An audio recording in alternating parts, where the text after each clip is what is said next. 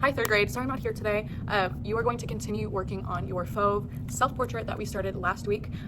If you have already finished pencil, great. You can move on to the ink dauber. Please make sure that you wear a smock. I will have them set up in front of the window. You need to wear one, all of you. Non-negotiable. So have the smock on, use the ink dauber. Remember, I did say for those fine details, you are able to use a Sharpie. So I have thin, regular, thick Sharpies over by the window in that big kind of cubby area. So you are allowed to use those. Okay, so here's mine complete.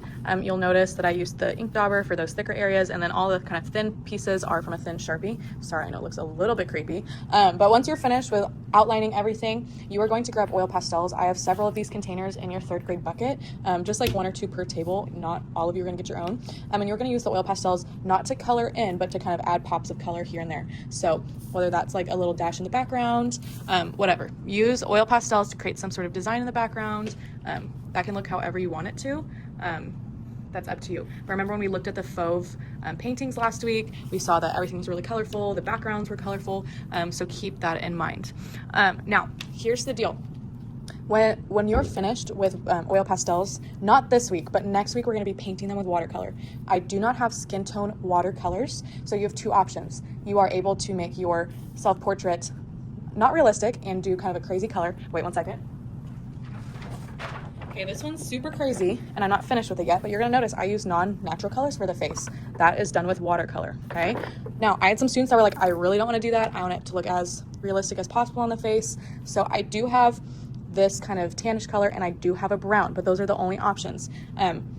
Now, if you're lighter or darker, I think you can all be a little bit intuitive to add like white, or if you're darker than the brown, then maybe don't add black, because black will take over, but you can maybe add like, I don't know, a blue on top of it.